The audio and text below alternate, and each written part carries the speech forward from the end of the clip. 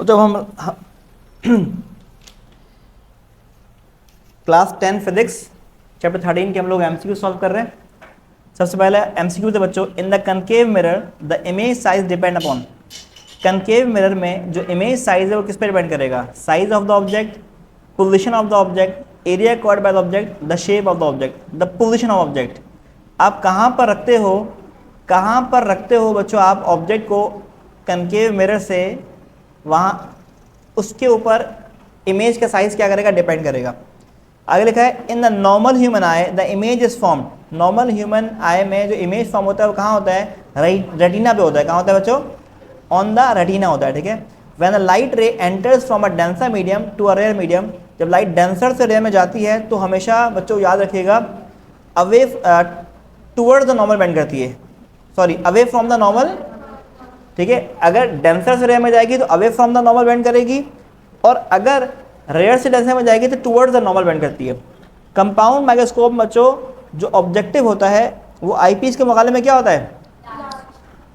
यहाँ पे कहा गया बच्चों objective, eyepiece has large focal length, ठीक है। तो option D is right. Next है when angle of ration 90 degree, 90 degree होगा तो रिफ्रैक्टिव इंडेक्स ऑफ वाटर 1.33 है, तो बताइए क्रिटिकल एंगल क्या होगा? तो बच्चों आप इसको फाइंड भी कर सकते हो। फॉर्मूला क्या है जरा देख लीजिएगा। रिफ्रैक्टिव इंडेक्स का फॉर्मूला होता है बच्चों यहाँ पर, वो होता है sine angle R upon sine angle I, इस टॉपिक के लिए, ठीक है। याद रखिएगा, या साइन एंगल सी भी लिख सकते हैं, ठीक है। तो एंगल आर को आपने लिखना है कितना, यहाँ पर पुट करना है एंगल आर को 90 डिग्री और एन की जगह 1.33 रखना है। तो आप एंगल सी निकाल लोगे, जो क्या आएगा बच्चों? कैलकुलेटर दिखाइएगा मुझे, किसके पास है कैलकुलेटर? हम इसको सॉल्व कर लेते हैं, कोई मसला नहीं है, ठीक है। एन की वैल्यू हमारे पास कितनी बच्चों? 1.33 है बच्चों। साइन 90 लिख दिया मैंने यहाँ पर, ठीक है, आर की जगह। और साइन एंगल सी हमें क्या करना है बच्चों? फाइंड करना है। तो साइन एंगल सी यहाँ पर आ गया और 1.33 क्या हो जाएगा बच्चों? डिवाइड हो जाएगा। साइन 91 होता है, हमें पता है, कैलकुलेटर में करने की भी ज़रूरत नहीं है इसको आपको। तो अब आप क्या करेंगे बच्चों? 1.33 को डिवाइड कर दोगे।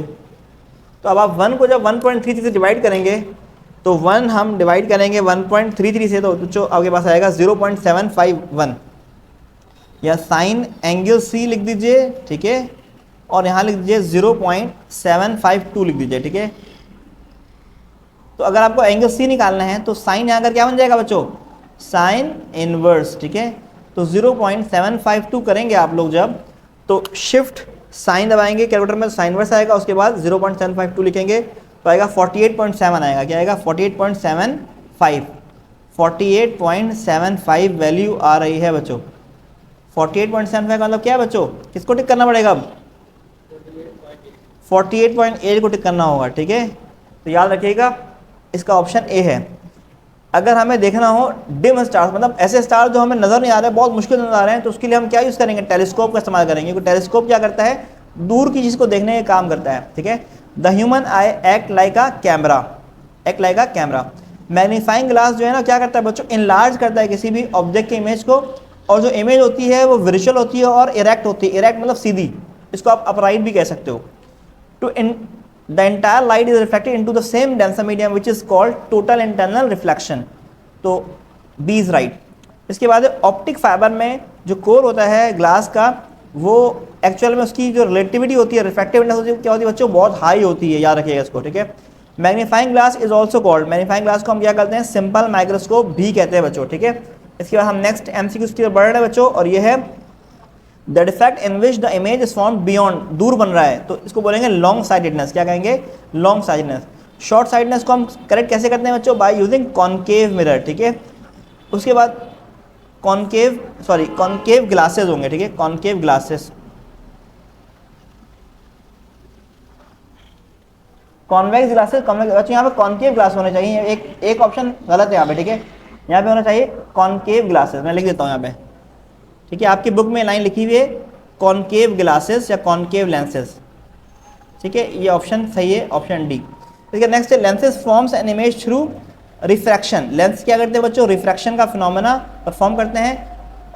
To eliminate the inaccessible place in the tooth, dentist use क्या यूज़ करते हैं? डेंटिस्ट क्या यूज़ करते हैं बच्चों? कॉनकेव मिरर का इस्तेमाल करते हैं डेंटिस्ट, ठीक है। तो ये हमने एमसीक्यूज क्या कर लिया मुकम्मल।